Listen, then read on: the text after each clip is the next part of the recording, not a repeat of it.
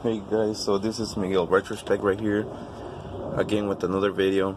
And in this occasion, I'm talking about, or I want to tell you guys about a common leak that happens on ls1 cars and or LM7s, just your typical style, Gen 3 LS engines, based engines.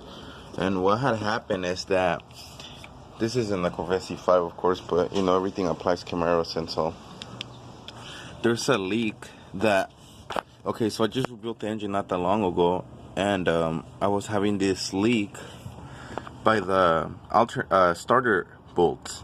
That's where it was most visible. And when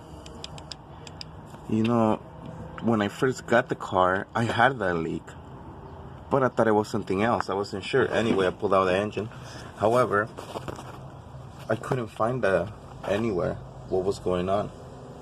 So I decided to put the intake manifold and take off this little guy right here, which is the cam sensor. And if you guys look close, yeah, it has silicone, but look, if you guys look closely, just set this here. That right there looks like it got wet from behind, which means that the oil was bypassing through here at least, and it was making its way back here, and then it was leaking. Once you remove these guys, because the part should be dry. This part right here should be dry when you pull out the sensor. Another way you guys can tell is if you look in there, or the hole where it goes, you can see how there's oil on the sides.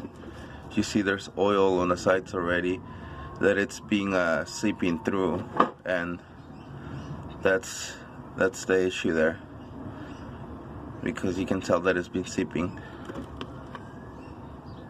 That should be dry, and especially since its engine was just rebuilt, all that was cleaned up. Yours might not be as clean there, but should be still clean or not wet at all.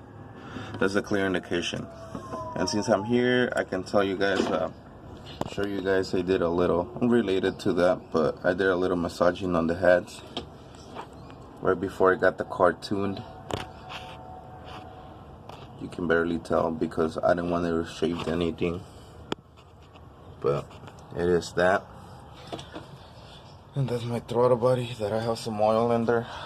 I need to, because this line right here was completely kinked, and then I had to replace it. But that's what you need to look for. Again, this is on a C5, but it happens on any LS phase Gen 3. Just before you check that, you do have to remove the intake manifold, which is not that difficult. It's just a little time consuming because you want to get everything right so to have no leaks. But yeah.